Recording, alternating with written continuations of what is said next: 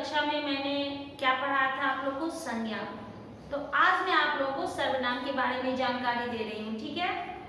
आप लोग अच्छे हो? हाँ, क्यों नहीं अच्छे रहेंगे? अभी तो घर में रहते हैं, है ना? थकान भी नहीं होती है, घर में चुपचाप आराम से रहते हैं। थोड़ी देर पढ़ लेना चाहिए, है ना? चलिए अब मैं पढ़ाती हूँ, तो ध्यान से सुनिएगा। आप लोग के सामने नोटबुक है ना, जहाँ आप संज्ञा लिखे थे? हाँ, तो अब सर्वनाम की बारी है। तो आज मैं आप लोगों को सर्वनाम पढ़ाऊंगी। सर्वनाम किसे कहते हैं? सबसे पहले तो सर्वनाम की परिभाषा जानी है ना? तो सर्वनाम किसे कहते हैं? संज्ञा के स्थान पर आने वाले शब्द को सर्वनाम कहते हैं। संज्ञा के स्थान पर, संज्ञा के स्थान पर आने वाले शब्द को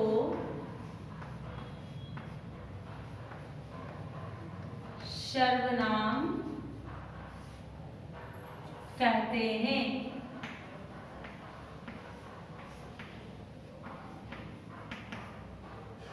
जैसे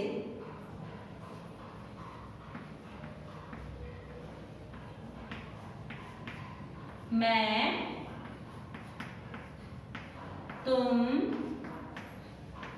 वह, यहाँ, वहां इत्यादि। ठीक है? तो मैंने यहां लिखा संज्ञा के स्थान पर आने वाले शब्द को क्या कहते हैं? सर्वनाम कहते हैं। अब जैसे मैं, तुम, वह, यहाँ, वहां इत्यादि आप लोग जानते हैं। अब जैसे कि इसमें दिया हुआ रहेगा कि वह गायक है, वह गायक है, तो अब इसमें सर्वनाम क्या होगा? गायक क्या है? संज्ञा है, तो वह क्या हो जाएगा? सर्वनाम। क्योंकि मैंने वहां किसी का नाम नहीं दिया, किसी का नाम दिया नहीं दिया, इसलिए वो क्या हो जाएगा? वह जो है सर्वनाम होगा, क्योंकि वो संज्ञा के बदले आया है। वह क्या है? संज्ञा के बदले आया है, इसलिए वह सर्वनाम हो गया। ठीक है? अब हम आगे पढ़ते हैं। सर्वनाम कितने प्रकार के होते हैं? सर्वनाम 6 प्रकार के होते हैं।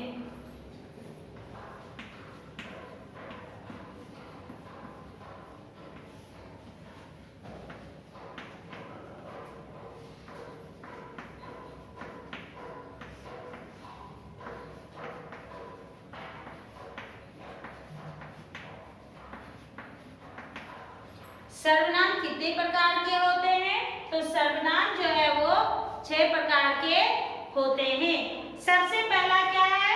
पुरुषवाचक।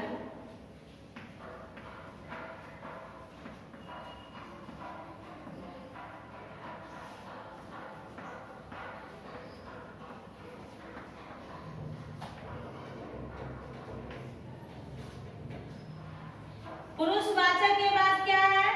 निश्चयवाचक।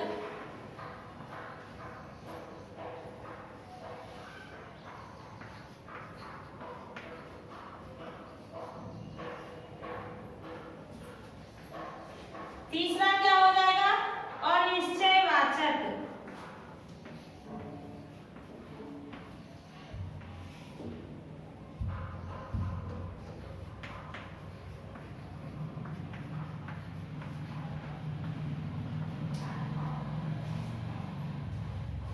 चौथा क्या हो जाएगा? प्रश्नवाचक।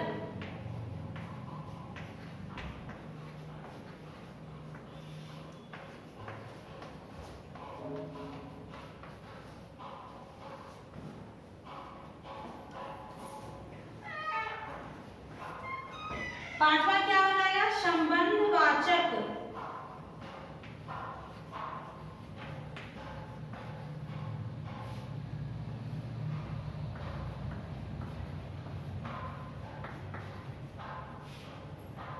छठा क्या हो जाएगा? निजवाचक।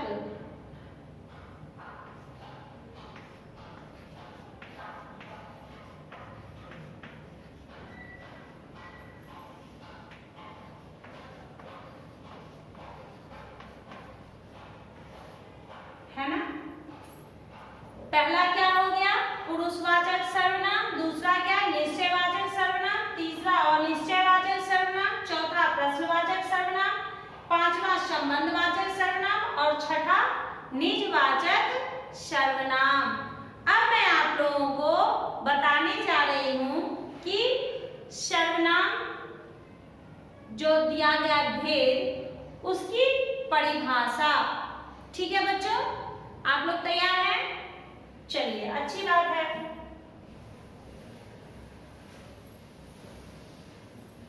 अब सबसे पहले है पुरुषवाचक सर्वनाम। सबसे पहले क्या है, पुरुषवाचक सर्वनाम।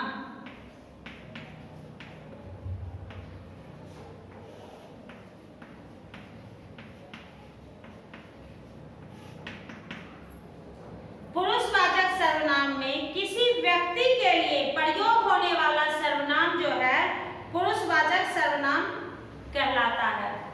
किसी व्यक्ति के लिए जो प्रयोग किया जाता है वो पुरुषवाचक सर्वनाम कहलाता है। अब इसमें भी 3 पुरुष होते हैं, उत्तम पुरुष, मध्यम पुरुष, अन्य पुरुष। उतना आपको पढ़ने की आवश्यकता अभी नहीं है, केवल आप ये जान लीजिए कि इसके भी 3 भेद होते हैं, उत्तम पुरुष, मध्यम पुरुष और प्रथम पुरुष। अब देखिए, उत्तम पुरुष में क्या होता है, बोलने या लिखने वाला, बोलने या लिखने वाला, बोलने वाला या लिखने वाला, वो जो होता है अपने लिए जिस सर्वनाम का उपयोग करता है उसे उत्तम पुरुष कहते हैं। जो खुद के लिए बोलता है और लिखता है उसे उत्तम पुरुष कहते हैं। मध्यम पुरुष, सुनने वाला या सामने वाला व्यक्ति, सुनने वाला या सामने वाला व्यक्ति जो होता है उसके लिए जो हम सर्वनाम का उपयोग करते हैं वो हो गया मध्यम पुरुष। अन्य पुरुष में क्या होता है, वक्ता और श्रोता को छोड़कर, यानी बोलने वाला, वक्ता कौन होता है, बोलने वाला, श्रोता कौन होता है, सुनने वाला। याद रखिएगा, वक्ता बोलने वाला, श्रोता सुनने वाला। इसको छोड़कर किसी अन्य व्यक्ति के बारे में जो सर्वनाम हम इस्तेमाल करते हैं उसे अन्य पुरुष कहते हैं। उसे क्या कहते हैं, अन्य पुरुष कहते हैं। अब जैसे कि यहाँ दिया हुआ है आपको, इसमें हम लोग लिख सकते हैं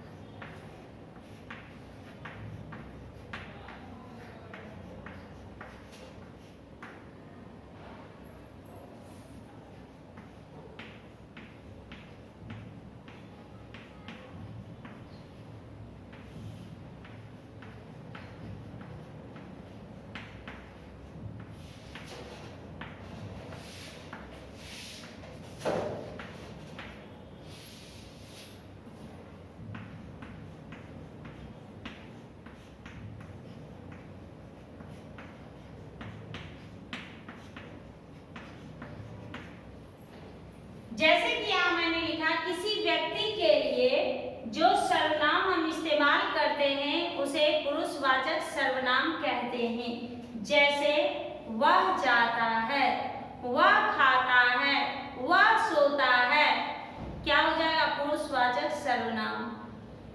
समझ गए? अब हम लोग लिखेंगे निश्चयवाचक सर्वनाम। पुरुषवाचक सर्वनाम के बाद क्या निश्चयवाचक सर्वनाम।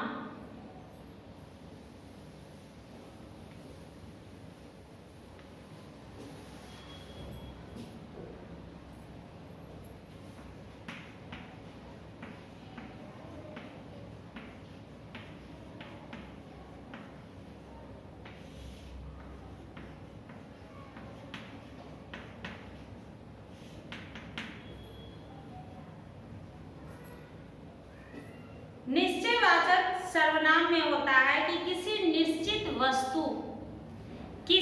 निश्चित वस्तु या व्यक्ति की ओर जो संकेत करता है उसे निश्चयवाचक सर्वनाम कहते हैं। जो किसी व्यक्ति या वस्तु की ओर संकेत करता है यानी इशारा करता है।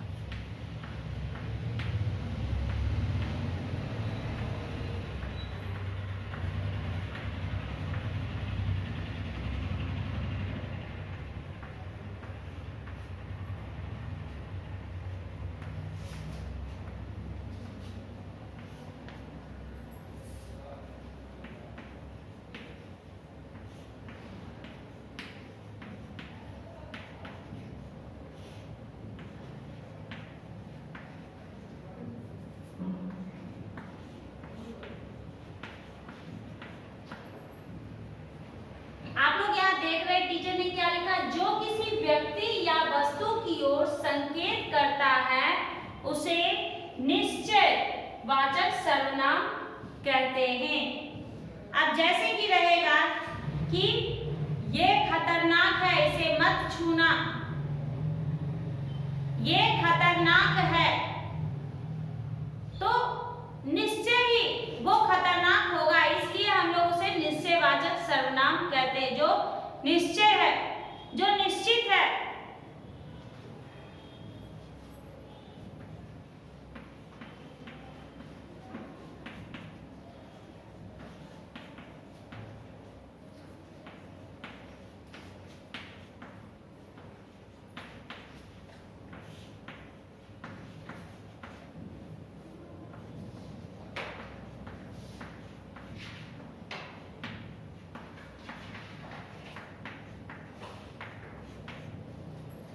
ये निश्चित है इसलिए कह रहा है कि इसे तुम नहीं छूना, ये खतरनाक है। समझ गए? अब हम लोग पढ़ेंगे अनिश्चयवाचक सर्वनाम।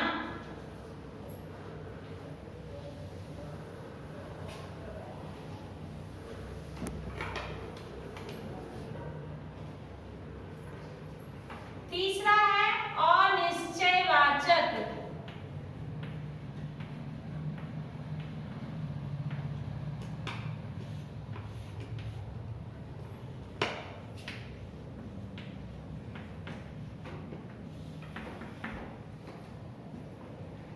अब इसमें कहते हैं कि जिस सर्वनाम से किसी वस्तु या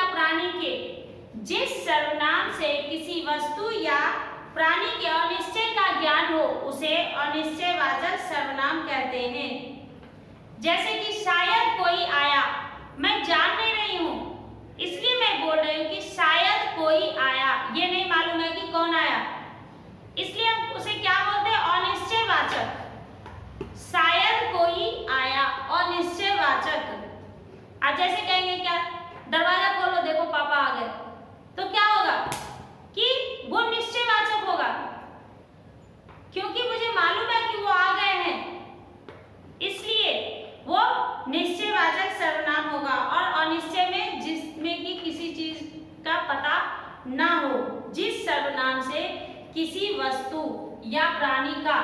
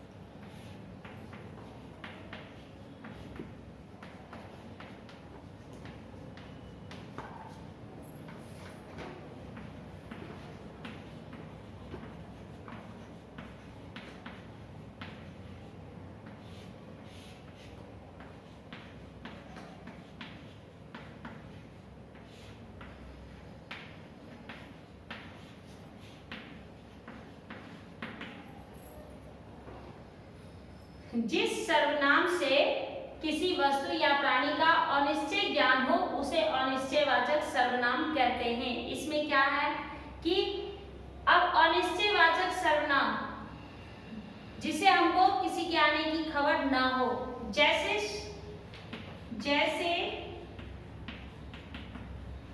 शायद, कोई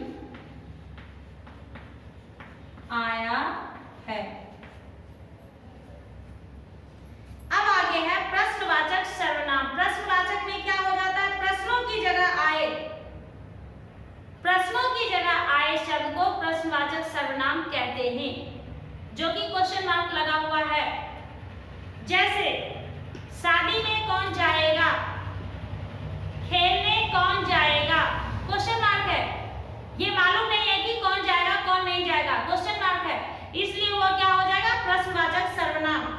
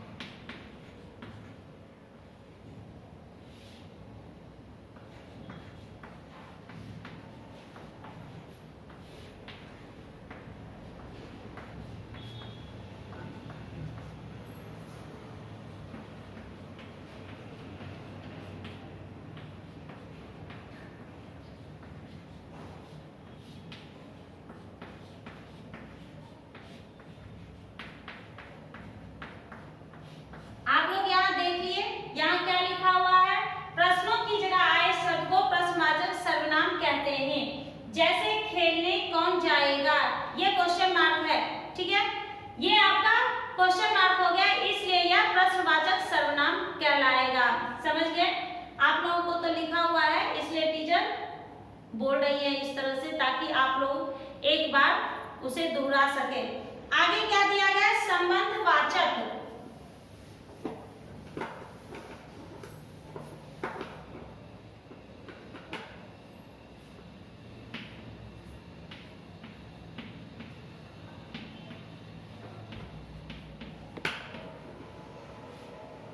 संबंधवाचक सर्वनाम। अब संबंधवाचक सर्वनाम में जो सर्वनाम किसी अन्य उपवाक्य में प्रयुक्त संज्ञा या सर्वनाम के साथ, जो कि संज्ञा या सर्वनाम के साथ संबंध रखता हो, जो संज्ञा और सर्वनाम के साथ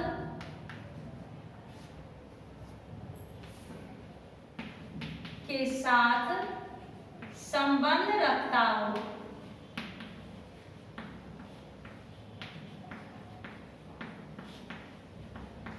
उसे संबंधवाचक कहते हैं।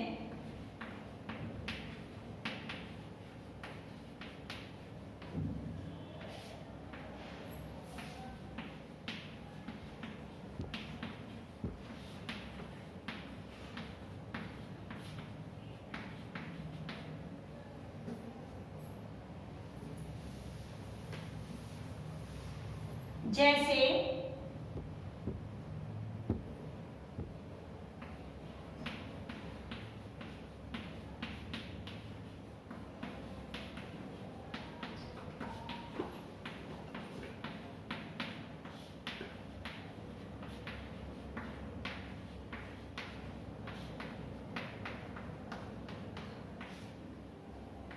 जो जाप करेगा वह मुक्ति पाएगा।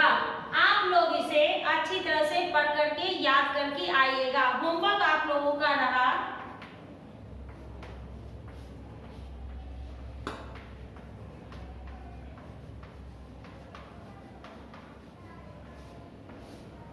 ठीक है, अगली कक्षा में जब हम लोग मिलेंगे तो एक बच गया निजवाचक सर्वनाम, वो मैं आप लोगों को बता दूंगी। ठीक है, धन्यवाद।